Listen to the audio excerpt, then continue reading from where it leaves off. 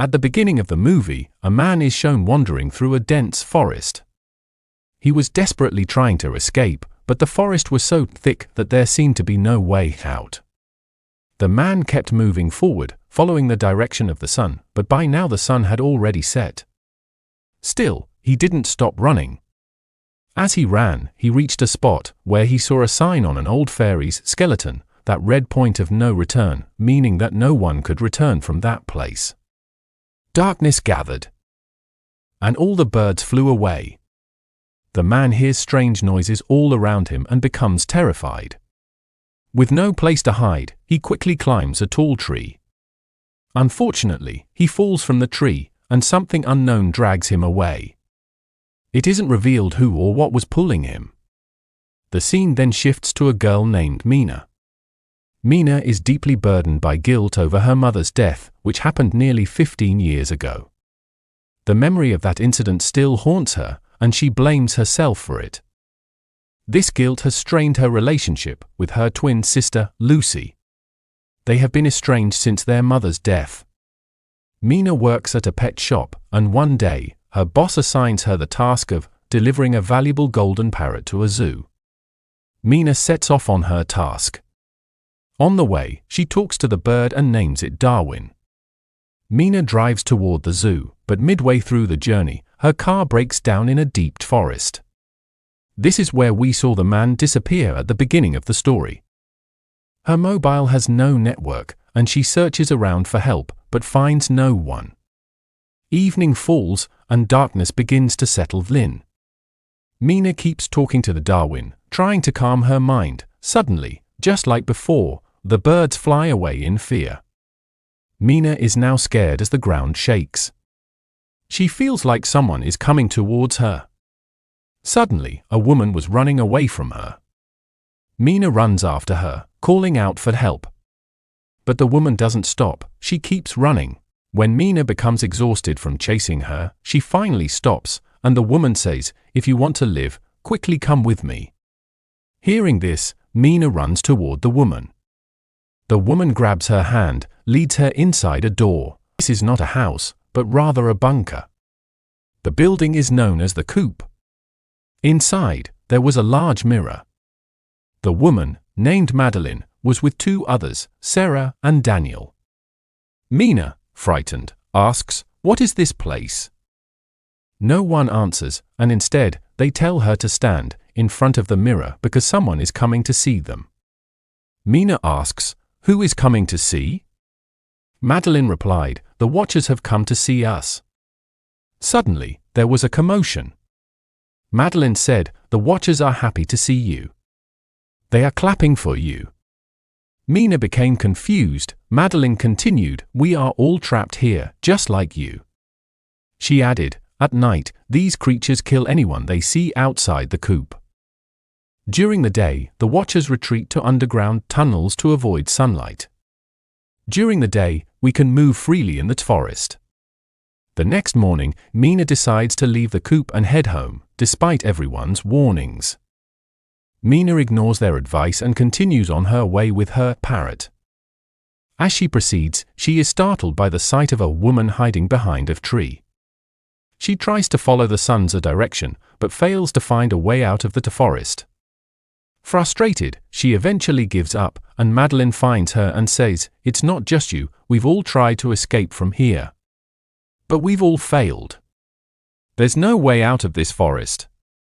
It takes hold of your soul and then shows you strange things, things that could drive you mad. If you want to survive, stay with us."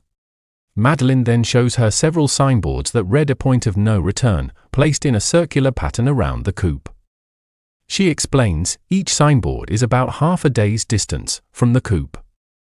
Do not go beyond these markers. If you do, it will be difficult to return before sunset. These signboards mark the safe boundary. Mina asks, "Who made these?" Madeline responds, "A professor made them." Night falls, and everyone returns to the coop. Every night, the watchers come to observe them. Tonight, Sarah dances in front of them, saying they like it. During the day, they must gather food from the forest to survive. The next day, Sarah and Mina go into the forest to collect food. Sarah tells Mina that she came here with her husband, John, who went into the forest to find a way out but hasn't returned yet. She adds, "My brother Daniel and I have been trapped here for 5 months." The man from the beginning of the story was Sarah's husband. Sarah shows Mina a cave and tells her that there are many such caves in the forest. During the day, the watchers stay in these caves and come out at night. They can't stand sunlight. Madeline tells Mina about 3 rules that must be followed to survive here. First, never open the door at night. Second, never turn your back on the mirror at night. And always stay in the light of the house. Mina wants to know more about the watchers, so she taps on the mirror and listens carefully. When she hears nothing, she turns her back to the mirror. This angers the watchers, and they start banging loudly on the mirror. Madeline tells Mina to face the mirror, and as soon as she does, their anger subsides. The next day, Mina goes hunting with Daniel. She asks him if he has ever seen the watchers. Daniel replies, "No. No one can survive after seeing the watchers." Mina then tries to convince Daniel that she thinks all of this is just a story made up by Madeline. "We should check out the burrows, maybe we'll find a way out of here," she suggests. Daniel, who also wanted to escape, agrees with Mina. Tying herself to a rope, Mina enters one of the burrows.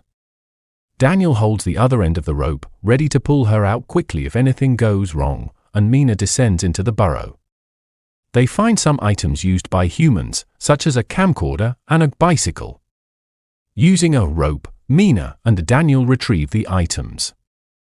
Just before Mina climbs out of the pit, she sees someone's finger reaching toward her from the inside. The sunlight prevents it from coming any closer. Mina gets scared. Mina quickly tells Daniel to throw down the rope, and she climbs up. They safely return to the coop with all the items. Madeline asks them where they found these things, and they lie, saying they found them in the forest. Madeline, who has been in the forest for a long time, knows that these items were not from the forest, but from the pit. Daniel converts the camera they retrieved into a CCTV camera so they can watch for the creatures. But as night falls, the creatures still haven't appeared. The surroundings are eerily quiet, and everyone becomes increasingly fearful. Suddenly, there's a knock on the door. They see through the camera placed outside that a man is standing there.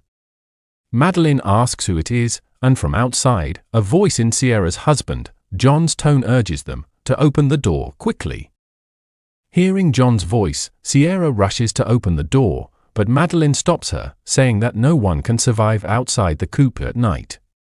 Madeline asks Mina what they did, and Mina admits that they went into the pit. This makes Madeline furious because they've broken a rule. Meanwhile, Sierra attempts to open the door again, but Madeline stops her and tells her to ask something that only she and her husband would know. Sierra asks John about a book that only he should be familiar with, but John doesn't say anything and quickly asks them to open the door. They realize that he is one of the watchers, and Sierra asks him to come in front of the camera. As John steps in front of the camera, someone drags him away. The watchers break the camera outside. All the watchers start hitting the mirror in the compartment in anger, causing it to crack. At that moment, Madeline stands in front of the other 3. By doing this, the watchers calm down. As morning arrives, Madeline throws all the items taken from the hole back into it. Time passes, and the weather changes. It's now winter, and tensions among the cabin's residents are rising. Mina goes out every day to find a way out but doesn't succeed. She creates a map of the forest on the coop floor daily, believing she will eventually complete it and find a way out.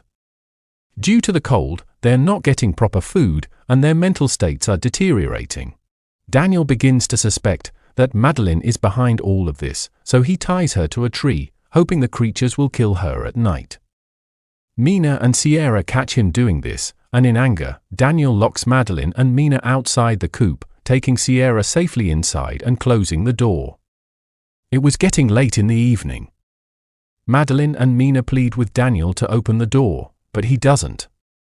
As darkness falls, Madeline takes Mina to shelter under a dense tree where there is a strong smell. Hoping the creatures won't detect their scent, they hide and observe the creatures, which are human-like but with terrifying and distorted features. When the creatures don't find Mina and Madeline inside the coop, they become enraged and start searching for them. Once the creatures move away, Madeline and Mina knock on the coop door, begging Daniel to let them in. Once inside, everyone stands in front of the mirrors to calm the creatures. Madeline then tells them, "I'm a history professor, and I've read a lot about this forest in books. When I first saw them, I realized they were actually shape-shifting fairies who could mimic human behavior. They try to learn something new from us every day, which is why they watch us closely and then try to imitate what we do." Suddenly, the creatures attack the coop. To protect themselves, they barricade the door with a table. Suddenly, Daniel notices something strange about the spot where they placed the table. It wasn't level. When they moved the carpet, they discovered a bunker door. Without wasting any time, they entered the bunker. They were surprised that the bunker had been there for so long, yet they never noticed it. The bunker was well equipped with food, a TV, technology, and other supplies. Although the computer didn't have internet access, it had stored data. When they turned on the computer, they found numerous videos of the professor documenting his daily activities. Through these, they learned that he had come to this forest to study these creatures. He used to live in this bunker while conducting his research. During his studies, Dr. Martin revealed that these creatures were not monsters, but fairies who once lived among humans. He also mentioned that he discovered a fairy who could walk in sunlight. Martin developed a good relationship with this fairy. There were many videos on the computer, and in each one, Martin said something. Mina was eager to know what ultimately happened. So, she watched the last video. In the video, Martin regretfully said that some mysteries are better left unsolved. "I made a big mistake by coming here," he confessed. The professor planned to kill himself and the fairy, but before doing so, he revealed a way out of the forest. He mentioned that near notice board number 134, there was a river with a boat that could take them out. However, to find the way, they had to follow the direction the birds flew in the evening. He went to the university and requested that his research be destroyed. After the video ended, he killed the fairy and himself. The next day, Mina and her companion set out to leave the forest, following the professor's instructions. They found notice board number 134, but it was still a long time until evening when the birds would fly.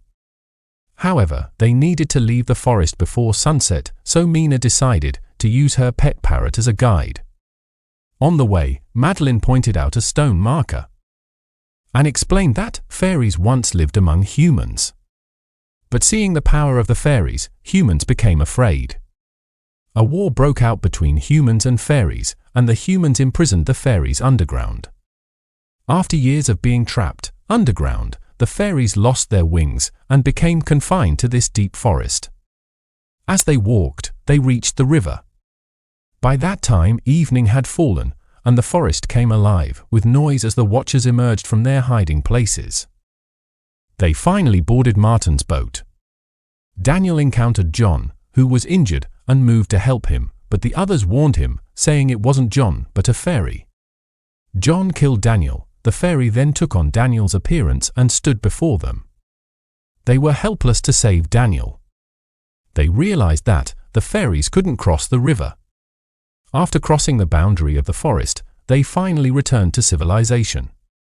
The scene then shifts to Mina visiting the professor's university. There Mina learned something new, that fairies once lived together with humans, and there were even children born from human-fairy unions who could withstand daylight, known as hybrids. Mina is astonished when she sees some pictures related to this. To discuss this, Mina goes to meet Sarah. Mina tells her that the Madeline we saw in the forest is actually Professor Martin's wife. She hadn't told us, 'cause she wasn't human. She was a fairy who could change her form. Sarah is surprised to hear this. The professor's wife Madeline died of lung cancer many years ago.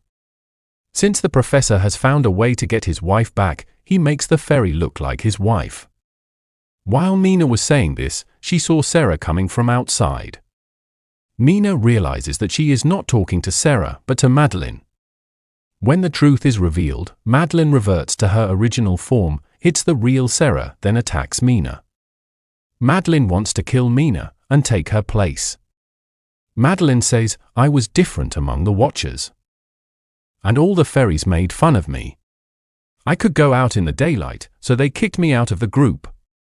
I was very angry at people."